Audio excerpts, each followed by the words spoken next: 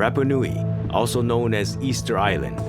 This tiny little island in the South Pacific is world famous for one thing: the Moai. The Moai building has often been portrayed as some kind of frenzy, as some kind of competition between different clan groups, where lots of trees were cut down in order to construct and to transport the Moai. According to this view, Moai building deforested the island. The soil was starved of nutrients, leaving a barren, rock-strewn land. Then, this theory goes, things got worse. The scarcity of resources resulted in a societal collapse.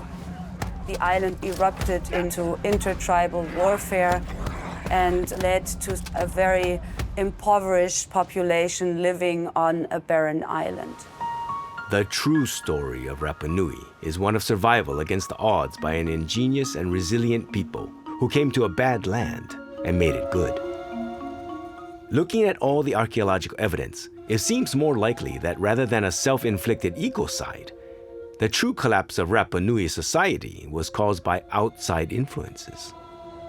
As time went on and the evidence accumulated, we realized that a lot of what people thought was collapse was something that actually happened after Europeans arrived, and it had an entirely different cause, and that was the introduction of Old World disease. There was the smallpox, there was the Spanish flu, leprosy, slave trading. It was difficult to live here, and it was more difficult to keep the social structures and the life as the way that we knew it. Over time, we see people sort of abandoning Ahu and Moai. It's a loss of population. There are just fewer people because of the effects of diseases. So people are not attending to the Ahu and rebuilding them in the way that they did in the past. Things got even worse in the 1860s. Peruvian slave traders captured about a third of the population on the island and forced them onto their ships to work in Peru. Il y a eu des protestations. There were protests. Even the Vatican got involved. And consequently, the companies were forced to return the inhabitants to the islands.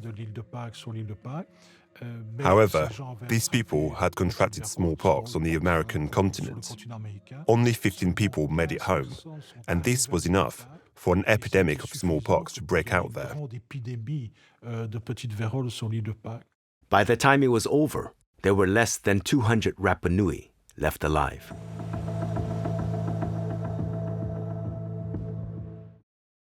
Thanks for sticking around. Don't forget to subscribe to see more videos from Nova, and click the bell icon to make sure you don't miss anything. See you again soon.